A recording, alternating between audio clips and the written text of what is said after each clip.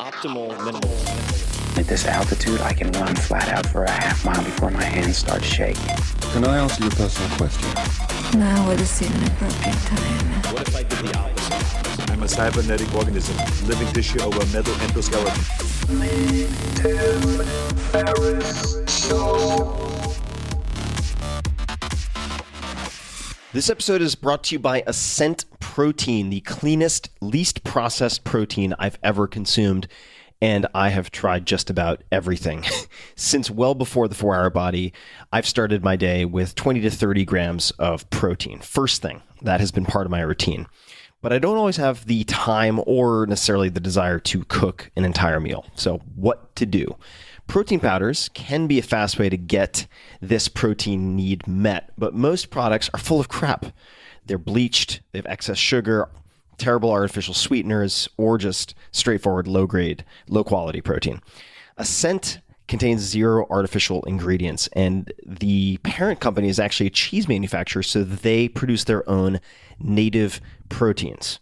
It's really fascinating, and I've looked at their processing. It took them about 5 years to develop.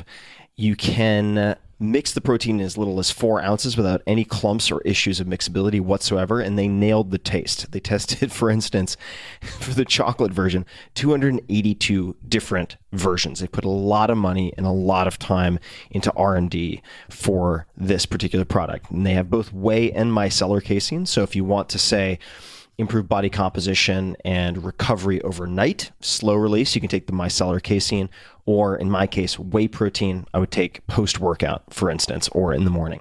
So check it out. These guys are really fascinating. Visit ascentprotein.com/Tim. That's ASCENTPROTEIN.com. Ascent, like first ascent going up. Ascentprotein.com/Tim. And you will receive 20% off your entire purchase. If you want a very quick 20 to 30 gram dose to start your day or after workout, this is a fantastic option. It is arguably the best that I've found. So again, check it out. AscentProtein.com/Tim. This episode is brought to you by WordPress.com. I love WordPress. I have used it for so many years. It's my go-to platform for blogging and creating websites. I use WordPress.com for everything every day. My site, tim.blog, is built on it.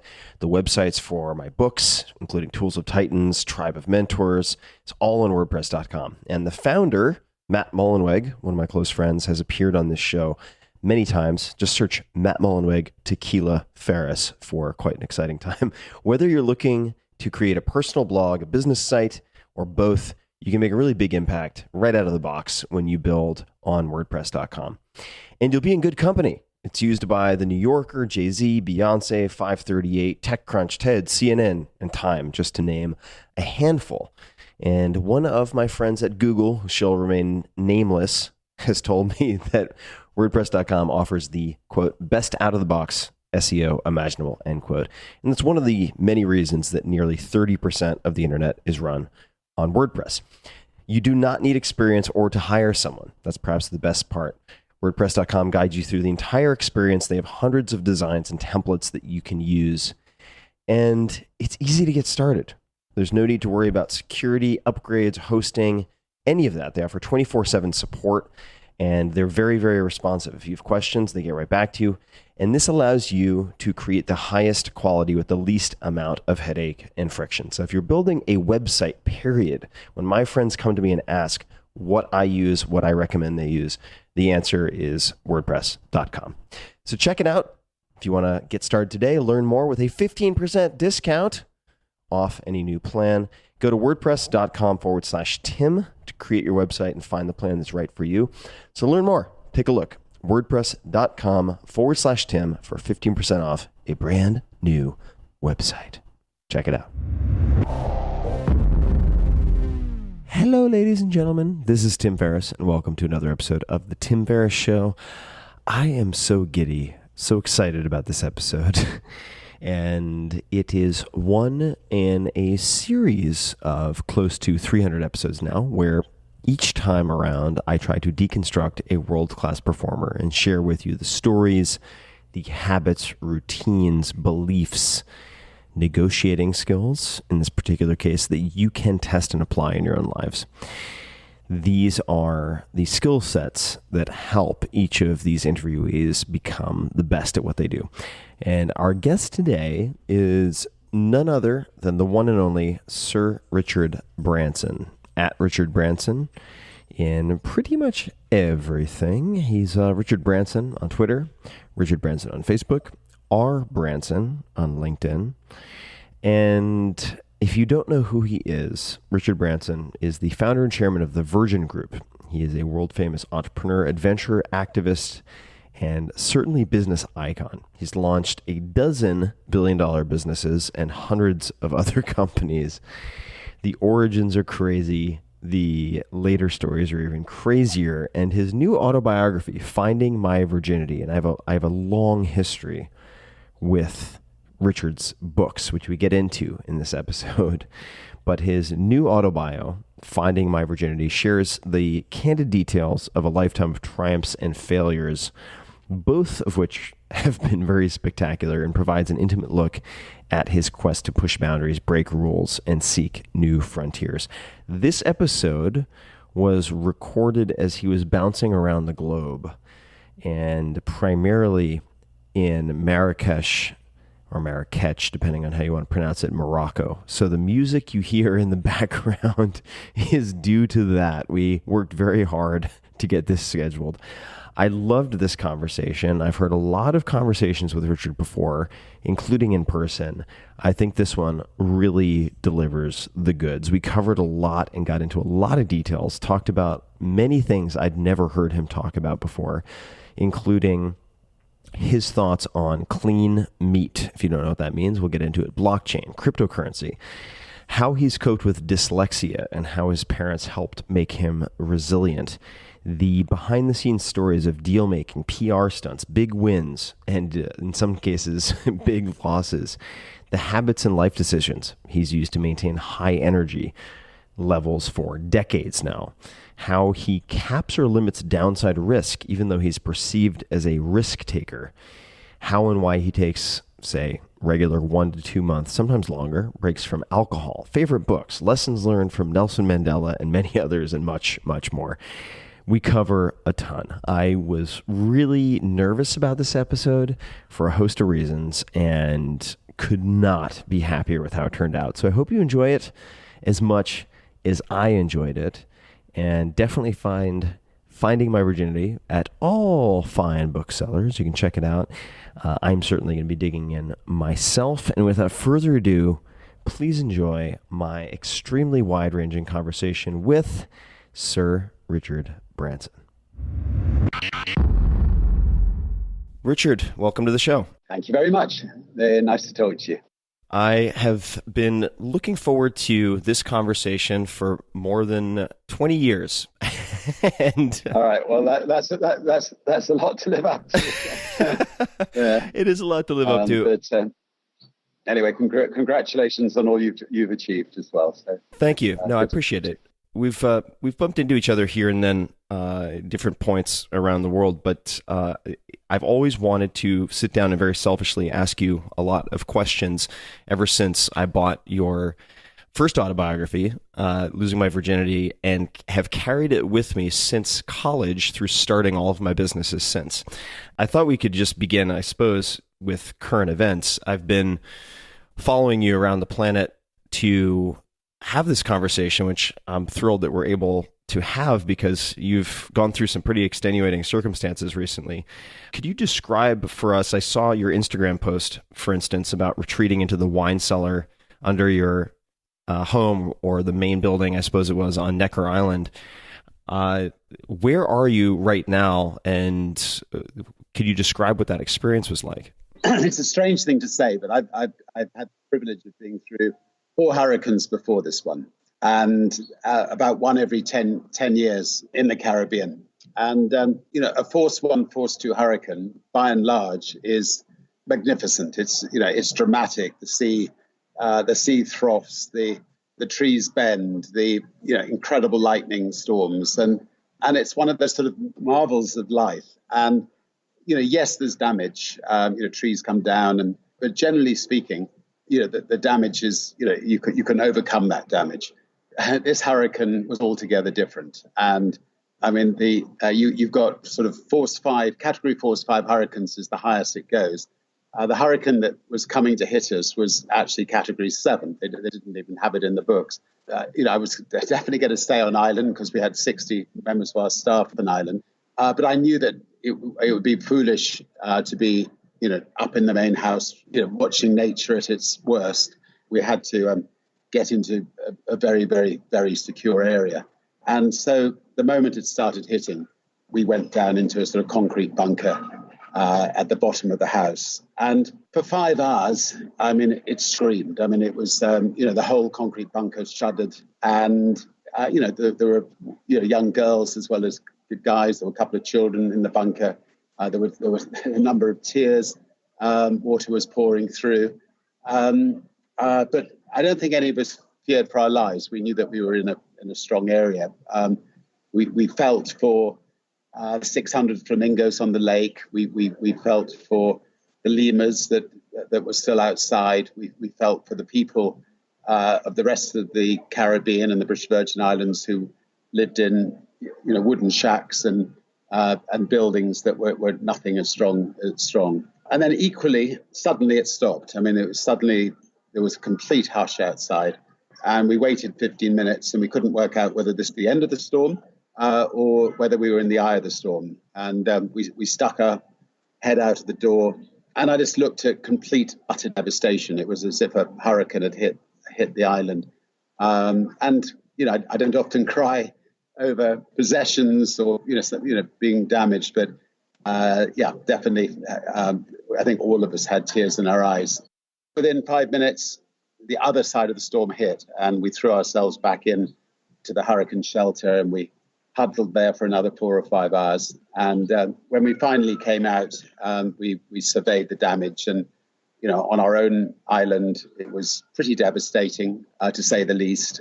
Within 24 hours, we'd started going around the rest of the British Virgin Islands, and I mean, 90% of homes were destroyed or nearly destroyed. Incredible that more life wasn't lost. I mean, and incredible the resilience of the Caribbean people. I mean, stories, that they told. One person told me of the house disappearing above their head with their children, their grandchildren in it, running to the neighbour's house. That then disappeared.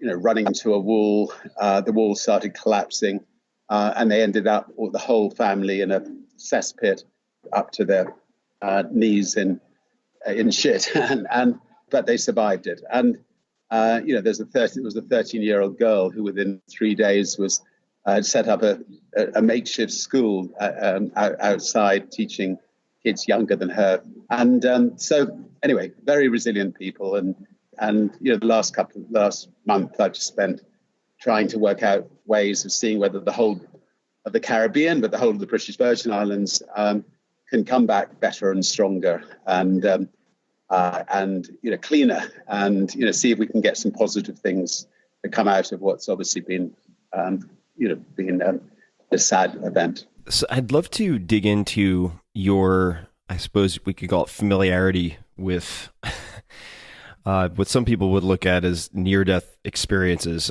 This is from a New Yorker profile, but you hold records, and the writer observed you might also hold the record for the number of highly publicized near-death experiences. So this was some time ago. I mean, this is 10 years ago, 2007, but pulled from the sea 5 times by helicopters, once from a frozen lake during one of your attempts to circle the globe, crashed into the Algerian desert. The Chinese Air Force threatened to shoot one of your balloons out of the sky at one point, and it goes on and on. When you are in circumstances like that, and you mentioned you had a lot of staff down in the basement with you, what did you say to those people, if there were people there who were very, very worried or perhaps panicking in some sense? What did you say, or what did you do in those circumstances? I think humor is important. Putting on a brave face. Cracking jokes. Plenty of hugs. I mean, I think hugs are important.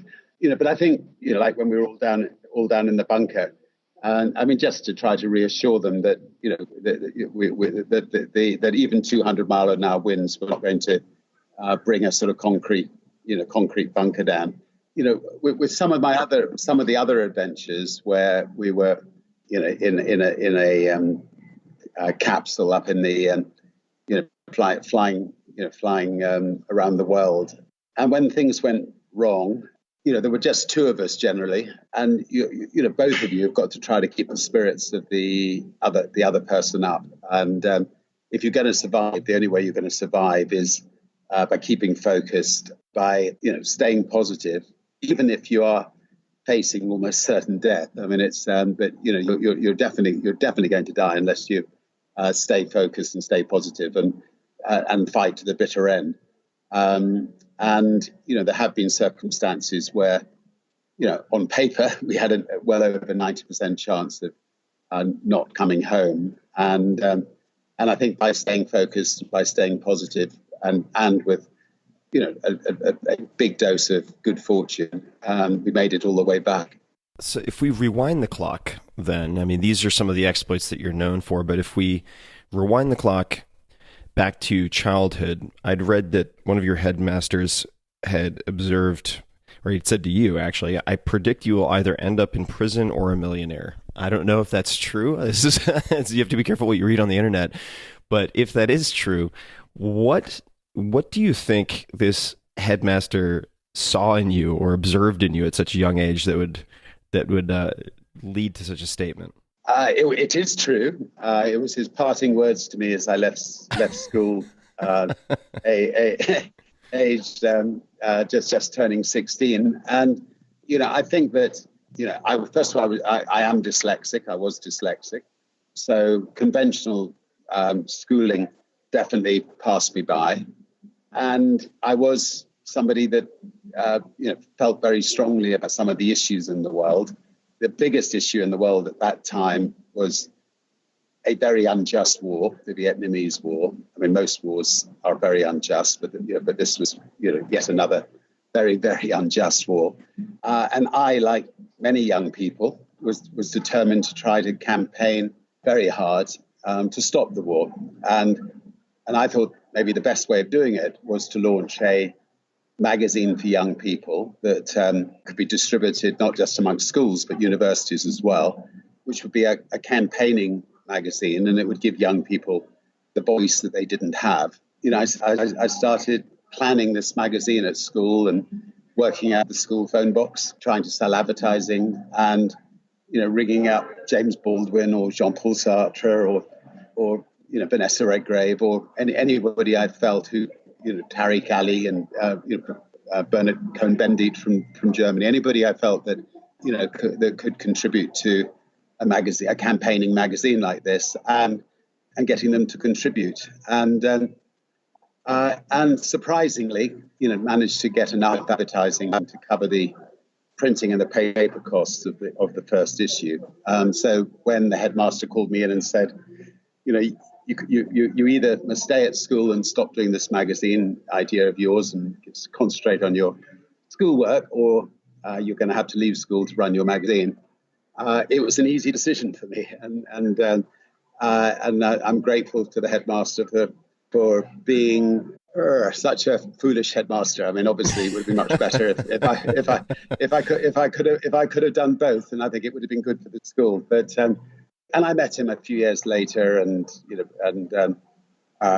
he was very gracious and congratulated us on our success and so on. But I think I did end up in prison for a night a few years later, and I definitely and that was before I'd become a millionaire. So I think I remember the headmaster's words, and I remember how unpleasant being in prison for a night is, and saying to myself, I will never, ever, ever do anything that warrants me going to prison again. So I think everybody should spend a night in prison.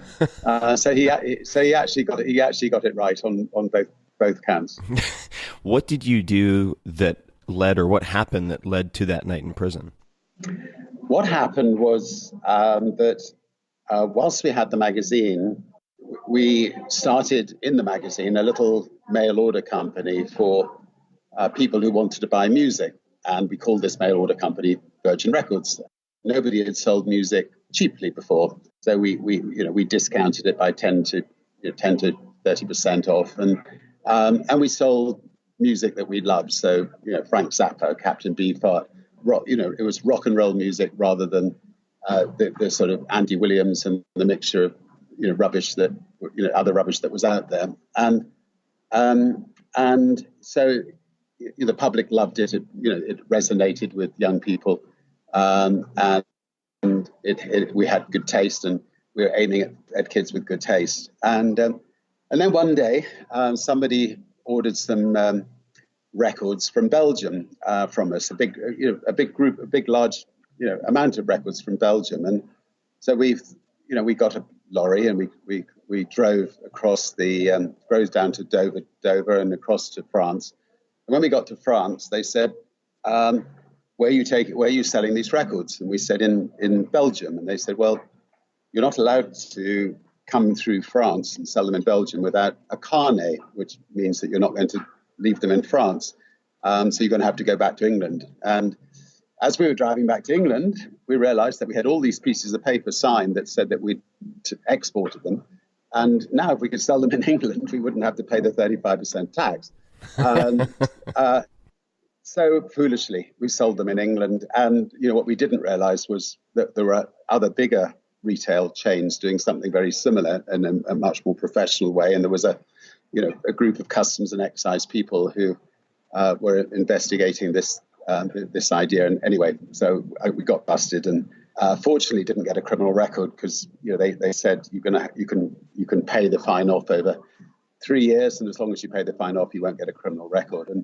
And actually, it spurred on the opening of, we had to open 30 or 40 record stores in order to pay off Richard's fine and keep myself out of prison. And so very grateful to Customs and Excise for giving us that incentive. What did your parents say to you at that time when you got in trouble and ended up in jail? And how old were you at the time, if you could place us?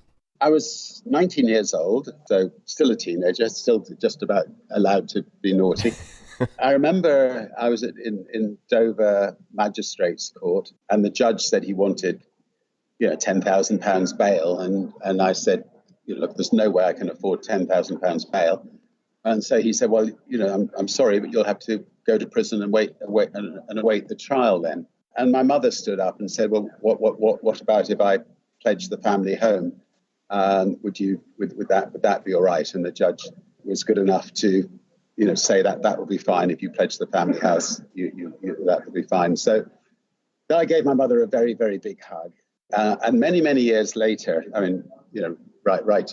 50 years later nearly, we're now working very hard in America to try to help people who can't afford bail get bail. And, there's this awful situation in the States, for instance, where if you've got money or if you've got a house to pledge, you don't go to prison for 6 months awaiting your trial.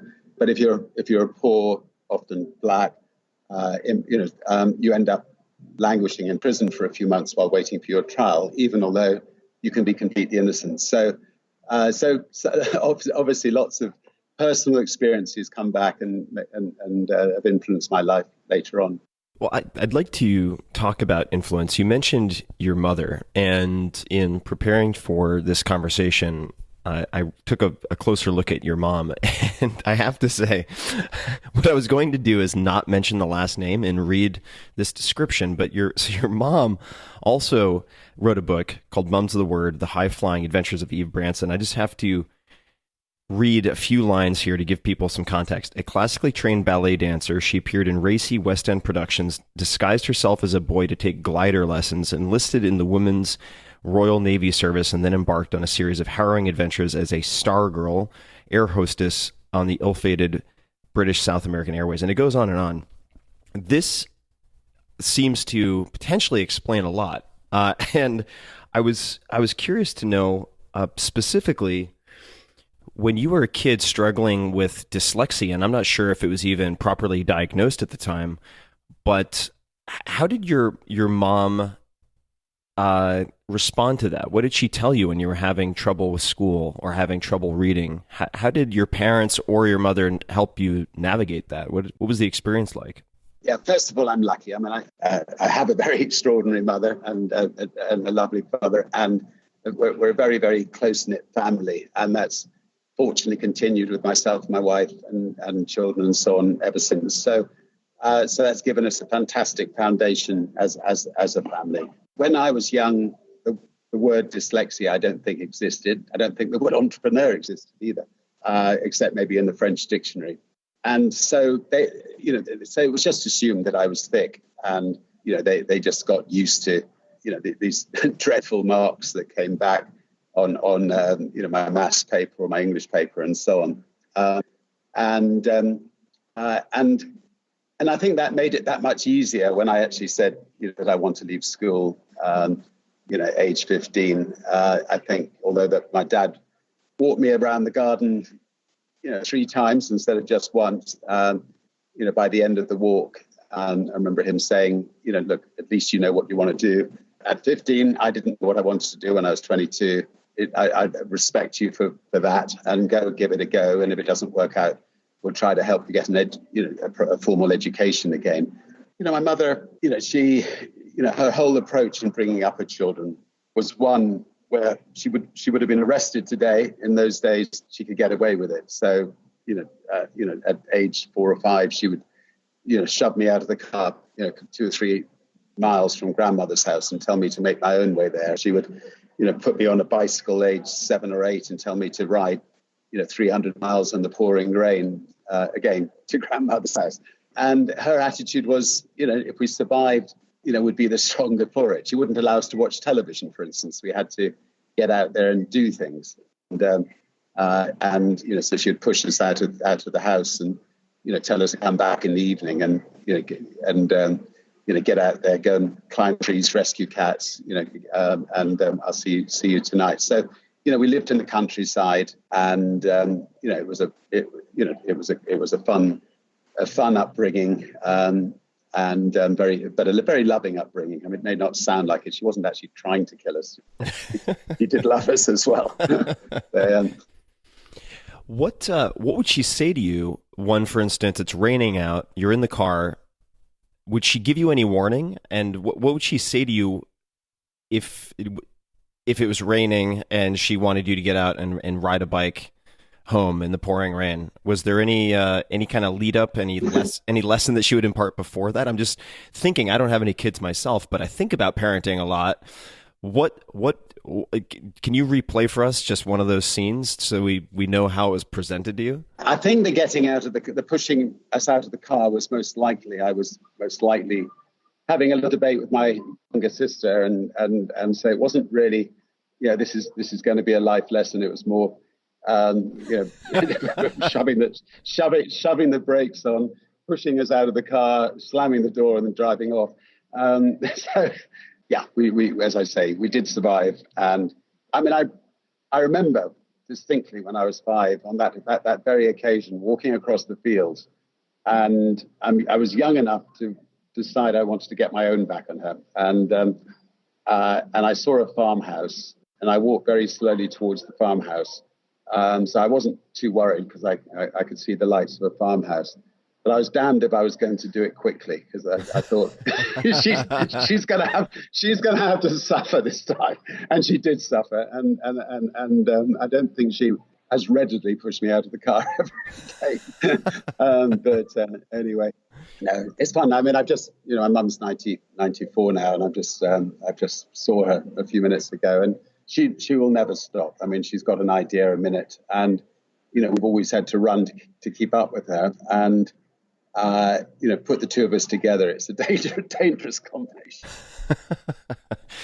So I think that many people have the impression of you as a fly by the seat of the pants entrepreneur who throws caution to the wind and bets the farm on many, many things. And what I'd love to talk about is maybe the the alternative to that, or the complement to that, we don't have to do either or, which is risk mitigation. Because the more I look at what you've done, in many cases, not all cases, but in many cases, you seem like a master at mitigating risk and capping the downside. So I was hoping maybe you could talk about, I believe it was, I think you were en route, if you could clarify for me, to BVI, and there was a flight canceled in Puerto Rico, but how you actually ended up in the airline business, because I find it such an illustrative and helpful story, if you wouldn't mind telling people a little bit about the origins. Well, I was in my 20s. I'd been away from my girlfriend for 3 weeks. I was coming back to see her that night. I was in Puerto Rico about 6 p.m. I was heading to the Virgin Islands, and American Airlines announced that they were going to move the flight to the next morning because they didn't have enough passengers. And I was damned if I was going to wait till the next morning. My lovely girlfriend hadn't seen me for 3 weeks, and I hadn't seen her for 3 weeks, so I was determined to get there that night. So I went to the back of the airport, hoping that my credit card wouldn't bounce. I rented a plane. I borrowed a blackboard, and as a joke, I wrote Virgin Airlines one way, $29 or $39 to the British Virgin Islands. And I went out amongst all the people who'd been bumped, and I filled up my first plane. And as we arrived in the BVI, about 8 or 9 o'clock that night, one of the passengers, tapped me on the shoulder and said, sharpen up the service a bit, Richard, and you could be in the airline business. And so that it got me thinking. Airlines do bump people. Most airlines, don't look after people. The staff generally don't smile. The food was dreadful. And so the next morning I was on Necker Island, and I rang up Boeing, and I asked to talk to the sales department. And a wonderful man who I got to know very well over the years, called R.J. Wilson, answered the phone. And the call went roughly like this. I said, my name is Richard Branson, and I'm interested in buying a second-hand 747. And R.J. Wilson said, well, would you mind telling me, what you do? And I said, I'm in the record business. I've got the Rolling Stones, I've got the Sex Pistols, I've got Janet Jackson, and lots of wonderful artists. And I could sort of feel that he was, feeling that I was slightly wasting his time. And but he said, and you're based in England. I said, well, our companies are based in England. And so he carried on talking, and subsequently I learned that he carried on talking because they were so fed up with British Airways always legging it over them because they had no competition. And they thought, in the back of his mind, he was thinking maybe that, by having a competitor to British Airways, they'd be able to have a bit more leverage. So he said, look, I'll tell you what, I'll come and see you. We do happen to have one second-hand 747. But with a name like Virgin, I really feel you should change the name. With a name like Virgin, people will think you're not going to go the whole way. So I said, well, I'll thank you for your advice, and I'll think about that. So I then talked to my fellow record company team, and they went into complete panic mode. What on earth is Richard doing, thinking of taking us into the airline business? We have the most successful independent record label in the world. We've just signed the Rolling Stones. We've got, everything's going from strength to strength. He's going to put everything at risk by going to the airline business. And so what I said to them was, look, I promise that, I'll only go into the airline business on one condition, and that is if I can persuade Boeing to let me hand the plane back at the end of the first year, i.e., to protect the downside. So I knew that the worst that could happen would be, maybe 6 months of the profits of Virgin Records we would lose if it didn't work out. And Boeing agreed to it. And, when the end of the first year came, instead of handing the plane back, people loved Virgin Atlantic. And, we had people flocked to it, and we had a spirit about it, which is very different from British Airways. We ended up buying a couple more second-hand 747s from Boeing.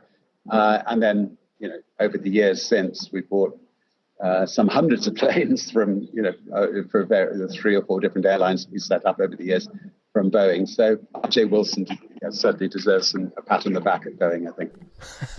So how did you convince RJ to agree to allow you to return the plane if things didn't work out?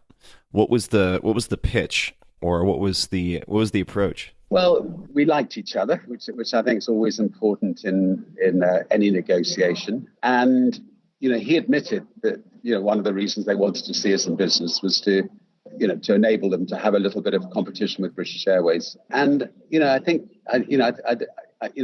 we showed him that we'd managed to build a very successful global record company. And unlike other people, I argued that being in entertainment, actually, that's important in the airline business. That most airline owners just see airlines as a way of transporting people from A to B, but actually entertaining people is important. And if people are locked in a tin can for 8 or 9 hours or 12 hours, they want to be entertained, and that I felt we could bring our entertainment skills to that. When British Airways heard that we were going to go into the business, they dismissively said, Lord King famously said, "Too young to fly, too old to rock and roll."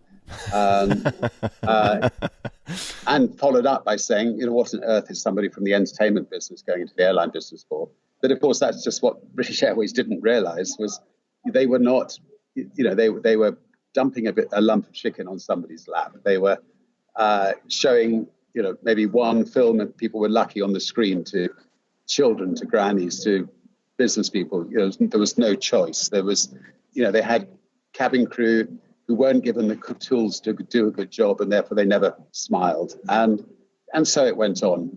And so, exactly what the airline industry needed was an airline that could entertain people. So when we launched Virgin Atlantic with our one plane, we had stand-up bars, we had cabin crew who were absolutely delightful and loved what they were doing. We had humor. We showed the film Airplane on the first flight.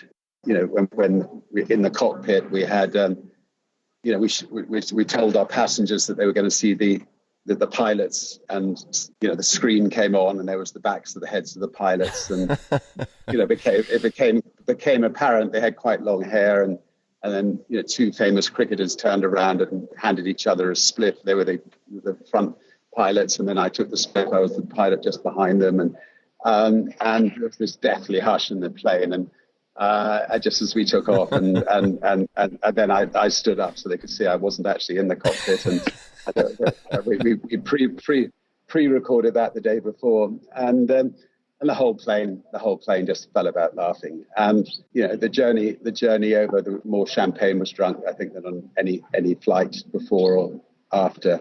And the pilot, he got into the sense of humor, so he'd be flying along, and he would have the plane slightly leaning to the right, and then he would ask all the passengers on the right-hand side of the plane, "Sorry, look, there's just too many people parting on the right. Would some of you move over to the left, please?" And then he would swing the plane a bit to the left. And anyway, it was a laugh a minute the whole way. But for anybody who's thinking, "Oh my God, I would never fly on this man's airline," I got the chief technical officer of British Caledonian to actually run our airline. Obviously safety is paramount if you're running an airline. And 35 years later, we have many airlines, and they've all been wonderfully run. But that doesn't preclude you entertaining people. That doesn't preclude humor. That doesn't preclude, we're always trying to be cutting edge. Whether it's seatback videos, we pushed the industry to invent a seatback video, and we were 5 years before British Airways with seatback videos, giving people a choice. And so we love trying to cut through and do things differently and from others, and I think that's why Virgin Atlantic has survived and other airlines have done well. When we set up with one plane, we were competing with TWA, with Pan Am, with Air Florida, with Laker Airways, with People Express, and so on. With most of these airlines with hundreds of planes, and we had one plane. And the graveyard of airlines was massive. I mean, like people who tried to go into the airline business and failed. And over the next 3 or 4 years, pretty well all these airlines, including a lot of others, Air Europe, Dan Air, all went bankrupt. And somehow this little David versus these Goliaths survived. Because we offered a better product, and British Airways did not like it. I mean, they were absolutely determined to drive us out of business, and as they had driven out of business a lot of these other airlines, and they launched something called the Dirty Tricks campaign. I mean, it wasn't publicly known as the Dirty Tricks campaign in the early days because nobody knew it was going on. But they set up behind closed doors a group of people who illegally tapped our computer information, and they would ring our passengers. They would pretend, for instance, to be from Virgin, and they would say, "Very sorry, your flight has been delayed, but we can move you on to a British Airways flight." Or people going into nightclubs that we owned in London. We had a big gay nightclub called Heaven, and they would rustle through the bins outside and try to find needles or anything that would look like maybe drugs would be taken in the club, and then they would leak the stories to the News of the World, Rupert Murdoch's papers, and try to damage us that way. Or they would have people going through my own rubbish bins, which they got caught doing, and journalist rubbish bins that we maybe had talked to, and they would try to spread stories about our finances. And in the end, we decided to take them to court. And it was Christmas time, and we won the biggest libel damages in history against British Airways, and we distributed it to all our staff equally. And because it was Christmas time, it became known as the British Airways Christmas bonus. And I think our staff are hoping that British Airways will get up to their tricks again. But I mean, that helped anyway keep them on slightly more honest as the time went on. How did you identify the Dirty Tricks campaign? How did it become discovered? It was, generally speaking, British Airways staff that came to us. I mean, particularly one particular individual who actually worked in behind the locked doors, tapping our computer information, who felt very uncomfortable about it. And others. I mean, for instance, they had a teams of people in New York who were going up to our passengers. They got out of their limousines to board a Virgin plane. Again, saying, "I'm sorry, but the Virgin plane has been delayed or has a problem. But I've been sent here by Virgin to take you over to British Airways." And some of our passengers managed to rumble them on this one and let us know. So, so it was a combination of different things. I mean, there was one person who was just caught red-handed going through the rubbish bins. So we were lucky to get it exposed. I mean, one of the sad outcomes of this was they were also dumping capacity on the few routes that we had, and that's the normal trick of big airlines against small airlines. They can afford to lose money on a few routes to drive a competitor out of business, and then they'll jack the prices up once that competitor's out of business. And it was beginning to cost us some money. So I had to make a difficult decision. We had the most successful independent record label in the world by then, and I knew that the only way of being completely sure of keeping the airline going and saving all the jobs at the record company was to sell one or the other. Now, the airline we could never sell, so we talked to Thorny and I, and they bought the record company, and it was $1 billion. So it should have been a happy day, but actually it was one of the saddest days of my life, because selling a company is selling a group of people. We built this company up from scratch.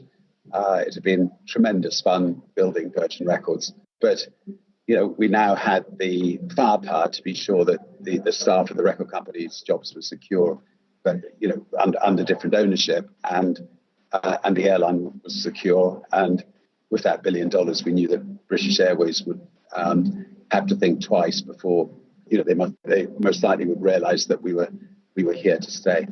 Thank you for that explanation and context, because it gives me a number of jumping off points. The first being, I suppose, opportunity and risk assessment. So you strike me as a really good negotiator. By necessity, you'd have to be.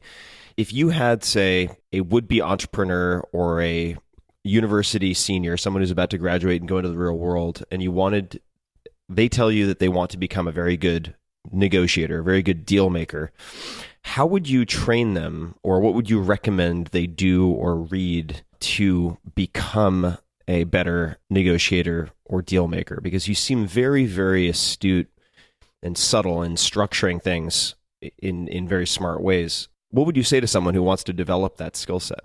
I'm sure that there must be ways of being taught it, but in my opinion, nothing beats personal experience. My education was being thrown into the jungle, being thrown into the real world, age 15 or 16, and having to survive.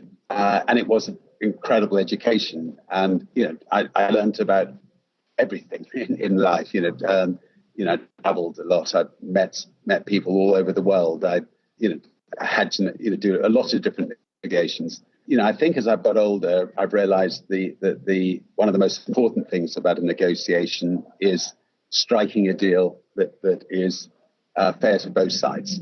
I also realized as I get older that you're always going to come across the same people time and time again in life. And so your reputation is everything. In my new book, Finding My Virginity, I talk about our dealings with Delta and how, they felt that they'd legged us over in a clause in a contract, and how they came to us to rectify it. And, that's something I'll never forget. And most likely will be, partners with Delta for the rest of my life because of that, that kind of approach. So I think, if you realize that your reputation is all you have, and your personal reputation, the reputation of your brand, then you've got to make sure that you're negotiating a deal that you're not going to be unhappy with, and that and you think of all the things that could potentially go wrong and how you can get out of it if something goes wrong. But equally important is trying to strike a fair balance with the people you're negotiating with.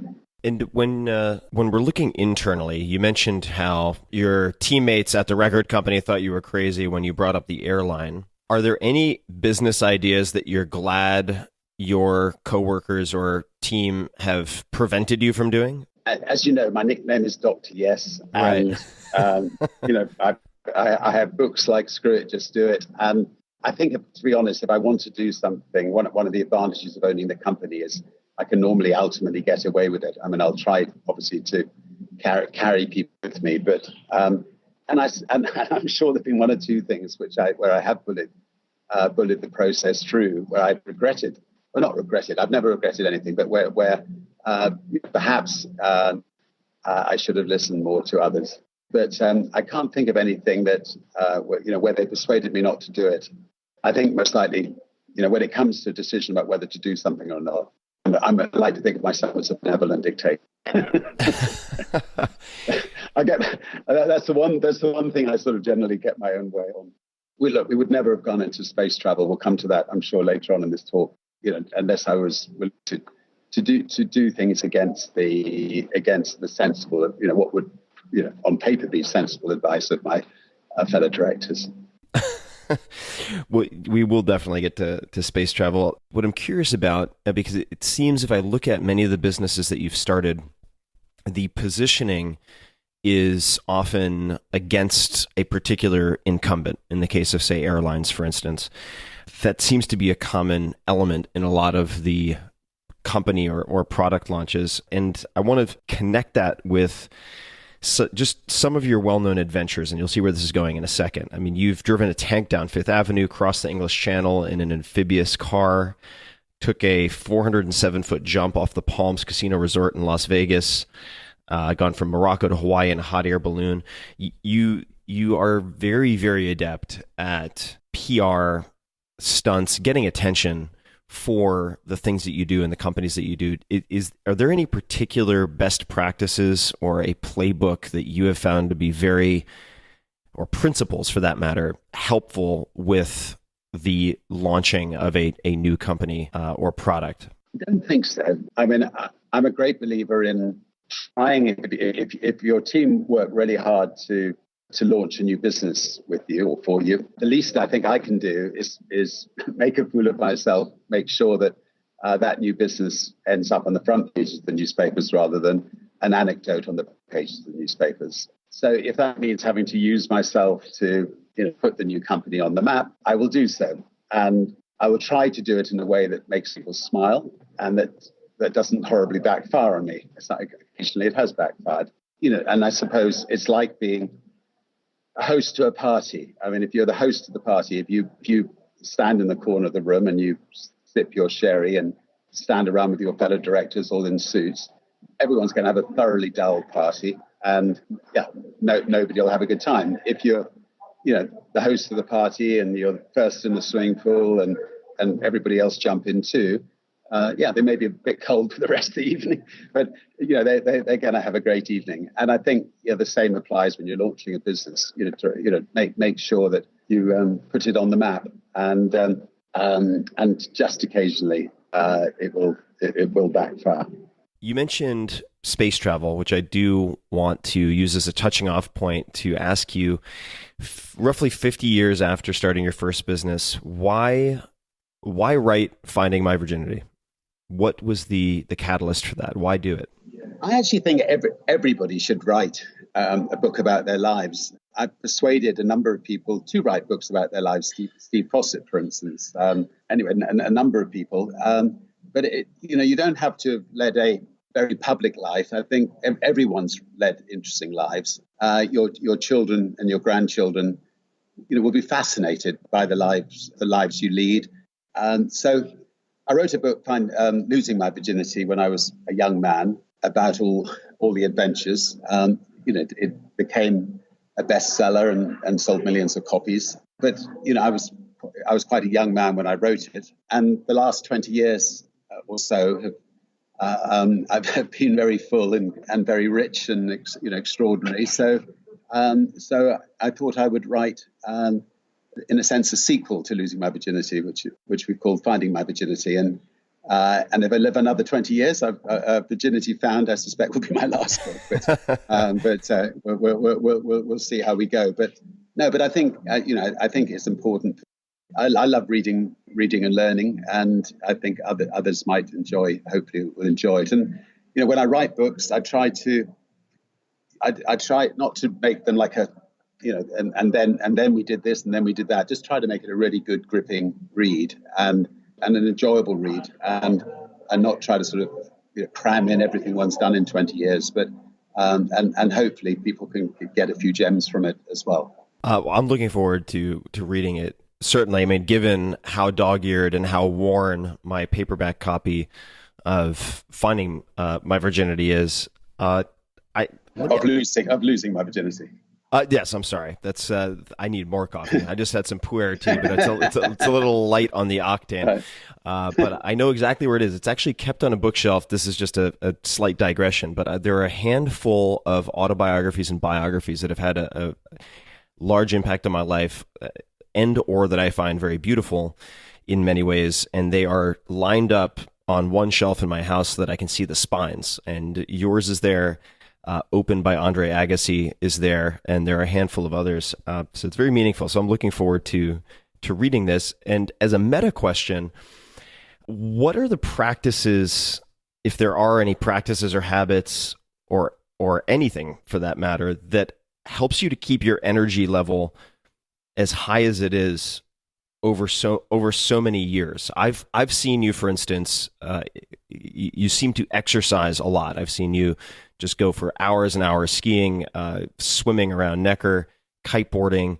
But could you speak to what helps you to maintain such a high level of energy and output over so long? It's really mind-boggling to me to even observe from afar. Well, looking after yourself is obviously absolutely key to everything else, and everything stems from how healthy and well you are, both physically, mentally, and so on. I generally do it through sport.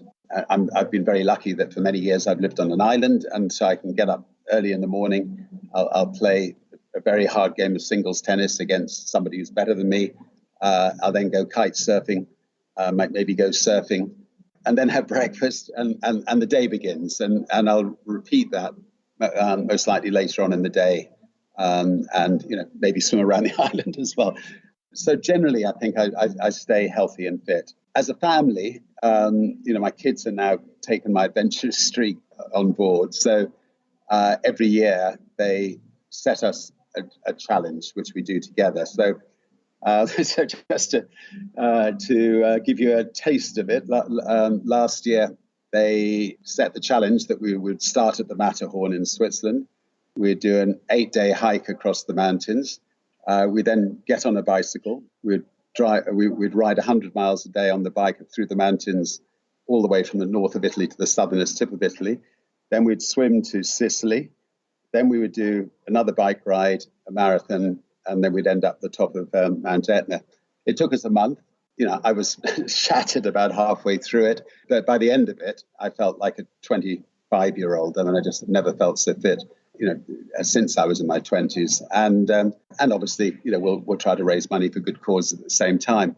But the very fact that we set ourselves these challenges. I mean, like tomorrow, I'm now in Morocco today, and tomorrow we're about to climb Mount Toubkal, which is the highest mountain in North Africa, together, and a few other little things like bike rides and hikes and things thrown in. Setting ourselves challenges, doing it together as a family, involving friends and trying to raise money for good causes. That keeps you fit and healthy, and your mind good, so that you can then do a lot more as a result.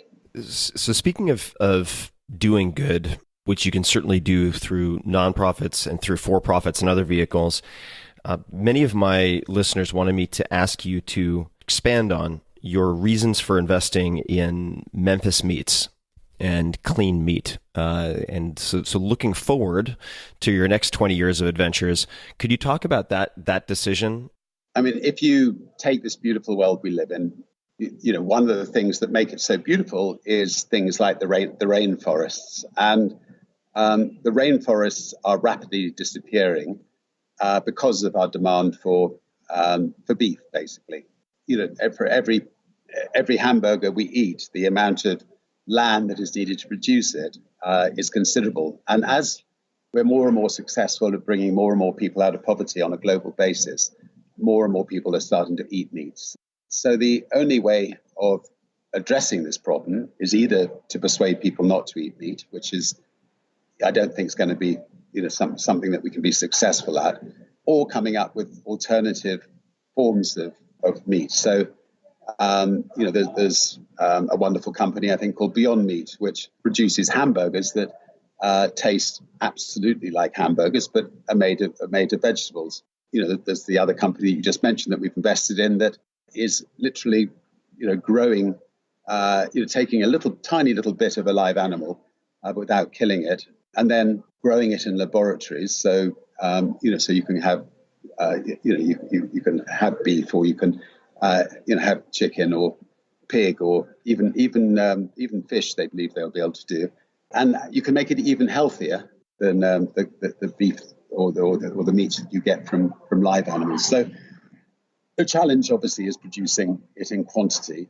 They believe they will be able to do that, and if they can do it, hopefully one day we won't have to cut down the rainforests and therefore kill animals in order to get our meat consumption. And I suspect, when that happens, we'll actually look back at the wholesale slaughter of animals and the way that we did it and be slightly embarrassed about it. My main reason for this is more to do with trying to protect what's left of our beautiful earth. And if you're looking at other areas of interest, I mean, living as I did for a long time, 17 years in Silicon Valley, the question of this sort of protein paradox or protein challenge is a very big one. So some people are looking at insect protein, like you mentioned. Some people are growing meat in laboratories. Others are looking at vegetable options. Another really active area of discussion is cryptocurrency or blockchain.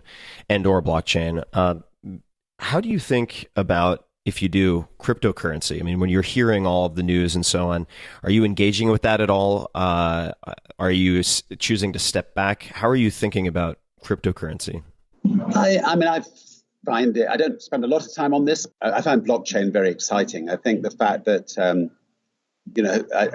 Hernando de Soto has written some wonderful books about how do you pull people out of poverty. And, he's taken Egypt as an example. 90% of people who live in Egypt live in houses, but they built those houses just on public land, and they have no piece of paper showing that they own that land.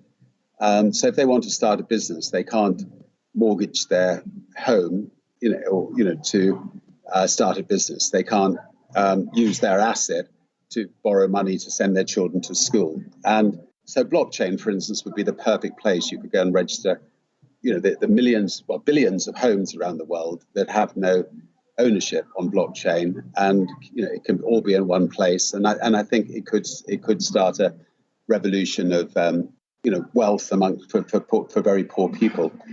Cryptocurrency, it's not something that I've spent a lot of time on, but I think I marvel at Bitcoin and the genius of the man who invented it, and what it's achieved so far, and and what it could possibly achieve in the years to come, and Ethereum and some of these other cryptocurrencies that are coming up.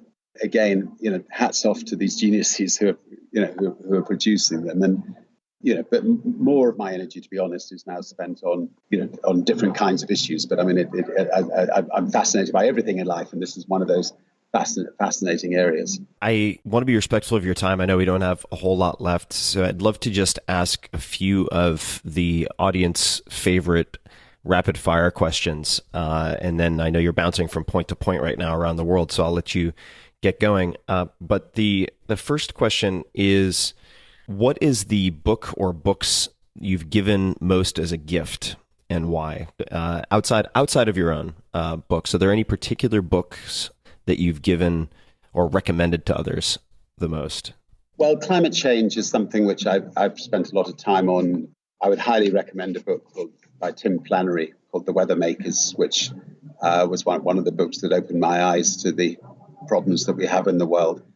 I'm just reading Homo Deus, which I find is, and I will carry on to read Sapiens, his first book, or one of his first books, and I just love the style of his writing, and I love books where you're learning something from them, and rather than if I want fiction, I'll get a good film out. So if I'm reading books, I like to read books which have got some substance. I love autobiographies or biographies as well. Do you read most of your books as text, or do you listen to audiobooks? I'm just thinking back to the challenges you had with dyslexia as a younger person. Have you learned to cope with those and now read mostly text, or is audio something that you use much? I have largely coped with these things now and enjoy, a good solid book with hardback book. I'm just waiting. I'm just doing my own audio book for Finding My Virginity. It takes a long time. Takes a long time. Yeah. And but anyway, I know that more and more people do enjoy audiobooks, so I'm sure it's worthwhile. In the last, let's just call it 5 years or so, what new belief, behavior, or habit has most improved your life? Or what habit has improved your life? Could be any new belief, behavior, or habit that has markedly improved your life.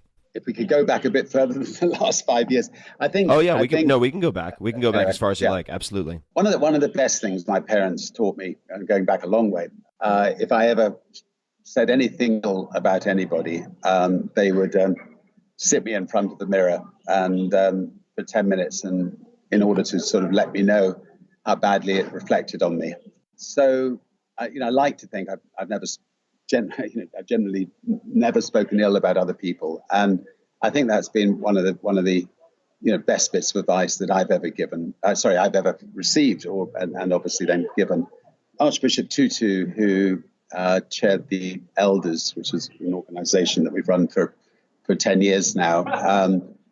He was the epitome of forgiveness with the Truth and Reconciliation Commission in South Africa when Nelson Mandela, took over power. And, I think just, people, nations, we should all try to run based on that philosophy. And I think the world would be a happier place if that happened. You mentioned Nelson Mandela. This is clearly not one of my stock rapid fire questions, but I've heard you refer to Nelson as a mentor. Are there any key lessons or takeaways or memorable sentences or anything that come to mind when you think of your interactions with Nelson Mandela? Well, I was lucky enough to get to know him very well over the years, even to the extent that on July the 18th, we shared a birthday and he would ring me every single birthday to wish me a happy birthday. And, I remember, the sadness when I didn't get that call not so many years ago. He had an absolute joy for life, and, he would dance, he would smile, he would embrace everybody, but he had a tough side to him as well. And I remember one lunch I had with him early on in our relationship where, I'd been warned that he was always trying to extract money for good causes. So, we had the first course, then we had the second course, then we had the pudding, and we were on to the coffee, and I thought, my God, I've got away with it. And and then he turns to me and says, Richard, last week I had lunch with Bill Gates, and he gave me $50 million for such and such a course. And anyway, so he did not miss an opportunity. Yeah. I mean, I've not, apart from maybe Archbishop Tutu, I've really never met and haven't met anybody as extraordinary in my lifetime as him. When you yourself feel, and maybe you don't feel this, but I'll assume for the moment that you do, when you've felt overwhelmed or unfocused, or if you feel like you've temporarily lost your focus, what do you do? Or what have you found to help? What questions do you ask yourself? Is there, in those cases, what have you done historically that has been helpful? I personally believe that the majority of people who have down moments in their lives, they can actually trace it back quite often to alcohol. So perhaps the only days of my life that I feel lethargic is, if instead of having 2 glasses at nighttime, I had 5 or 6. And if I find that's happened, on more than 1 or 2 occasions, I then give up completely for a month or 2 and feel absolutely fantastic, of course, and realize that I'm never going to drink another touch of alcohol again until actually you do. And fortunately, I'm so busy that I just can't afford to let myself down too often. But my guess is that for the vast majority of people, if you can be high on life and fit and healthy, and if you do find that that something like alcohol is just beginning to go a bit too far, being high on life is just so wonderful, So. For a friend of mine, entrepreneur named Matt Mullenweg, he's been on this podcast as well. He's the CEO of a company called Automatic, which is behind WordPress, which powers around 37% of the internet right now. And he told me at one point that he had learned something long ago, which was alcohol is borrowing happiness from tomorrow. And certainly seems to be the case. I think that those are beautiful words, and they're very, very, very true words. My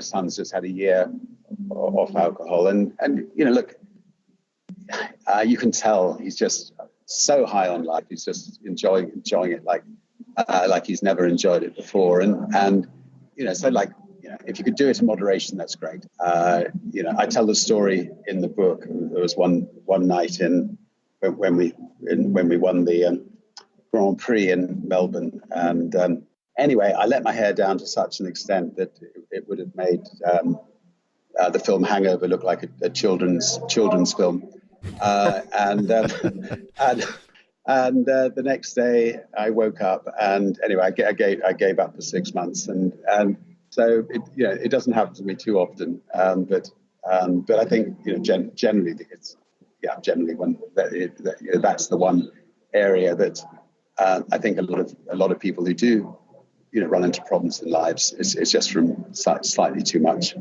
During those periods when you go off of alcohol, do you avoid circumstances where other people are drinking, or is there something that you say to people if you are in those circumstances? How do you ensure that you don't have just that one drink that then triggers more drinks if you're trying to take time away from alcohol? My trick is simply to have cranberry and soda in a champagne glass. People don't know. I just will take cranberry and soda in a champagne glass. But I think for a lot of people, especially when people first give up anything like that, drugs, alcohol, they need to walk away completely for a while. Fortunately, I haven't got in. I've never let myself get to that stage. But I think that the best advice is to get it. Just say I need to go to bed early tonight and walk away. Otherwise, it's very difficult, I think, for people to stick with it. Are you somebody who drinks or not? I don't drink a whole lot. I do enjoy wine. Fortunately, I don't feel like I've had any issues with alcohol, although genetically my family seems to have that predisposition. I certainly have a fair amount of alcoholism in my extended family. So I think about it quite a bit. I can tell that I think I have the potential to abuse it, but I haven't up to this point. I think that you and I have such fascinating lives that is the best way of keeping these sorts of things in check. Every day is so interesting that you're just not going to want to waste a day by letting something like that take over your life. Right. No, definitely. And just two more questions for me. This is one really intended just to give people a window into how you cope with some of the harder times. Do you have a favorite failure of yours? And what I mean by that is, how has a failure or an apparent failure set you up for later success? Are there any particular examples that come to mind? Yeah, I mean, I think on the adventure side, the first time we crossed the Atlantic and a boat, we were trying to break the record for the fastest crossing of the Atlantic and getting the blue ribbon back, and we sank. And then the next day we built another boat and we were successful. And the British people love people who are underdogs. And it taught me that actually, failing and then being successful most likely was better than just going out there and being successful the first time round. I mean, the overcoming difficulties, the public almost preferred than someone who's just successful the first time round. Maybe not so much in America, but in Britain anyway. I suppose the most notable business failure that we've ever had was taking on Coca-Cola with Virgin Cola. And for a while, it really looked like we were going to topple Coke and Pepsi. I mean, we were outselling them in the UK. The Virgin brand resonated. People loved the drink. I mean, and then we landed in Times Square with the Sherman tank, and we took on Coke in their homeland in America, and Coke decided to fire back, and they filled up DC-10s full of money and hit men and hit women, and they landed in the territories that we'd launched, and suddenly Virgin Cola started disappearing from all these shelves. And I think the lesson I learned from that was, if I'm going to take on a Goliath, we've got to be different. We've got to be much better than they are. And with a cola, you're just another cola. You can't be fundamentally different. You can be cheaper, but you can't be fundamentally different. So anything we've launched since then, we've only launched new businesses if we can make a fundamental difference. I love it. Yeah, that's so important to underscore, I think.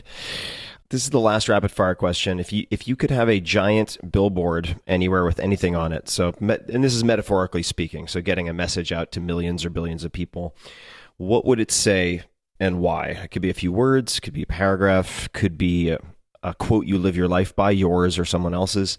Does anything come to mind if you could get a message out to billions of people? What might you put on that billboard? The trouble is, I think I'm going to sound like a model on stage. about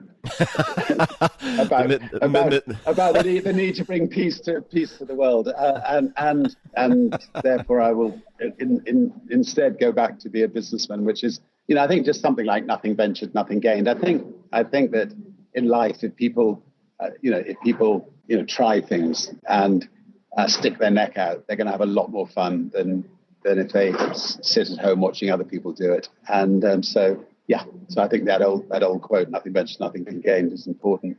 Having said that, I've been involved for 10 years now in this wonderful group called the Elders, and Nelson Mandela set it up, and it's now run by Kofi Annan. And I really do believe that in our lifetime, I've seen so many unnecessary wars. I've seen the Vietnamese War, I've seen the Iraq War, the Libyan War, and these were all incredibly unjust wars, which have, gone on to spawn awful things like ISIS and so on, which would not have happened if it wasn't for actually the West taking it upon themselves to interfere in other countries' business and killing and maiming thousands of people.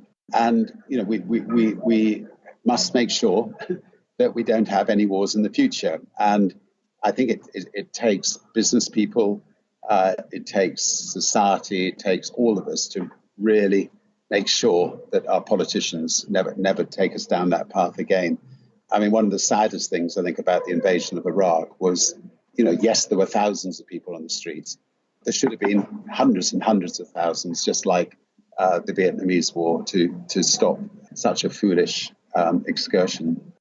All conflict should be able to be resolved by negotiation. And, even if you don't get exactly what you want out of it, that is better than all the bloodshed that flows from conflict.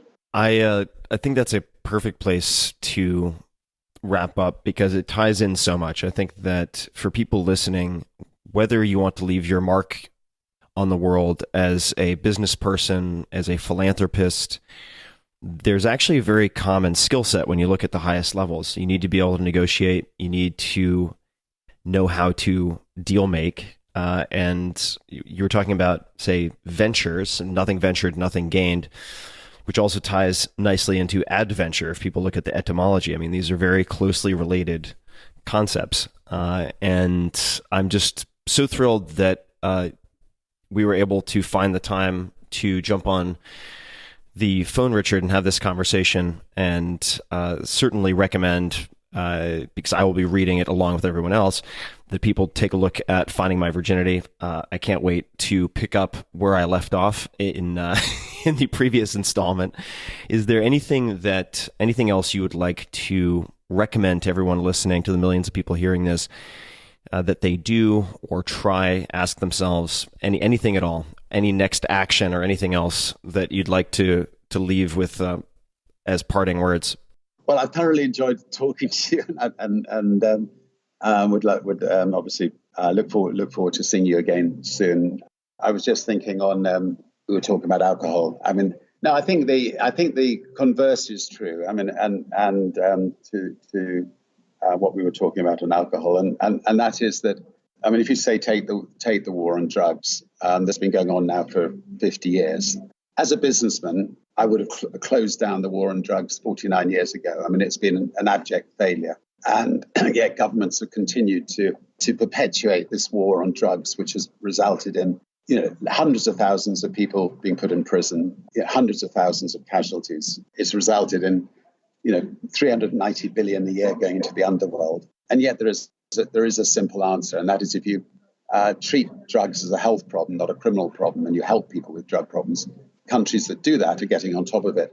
So, and we as business leaders are trying to educate governments into seeing, opening their eyes and saying, look, if Portugal can do this, say for heroin takers, America should do the same thing. They had a massive heroin epidemic in the year 2000.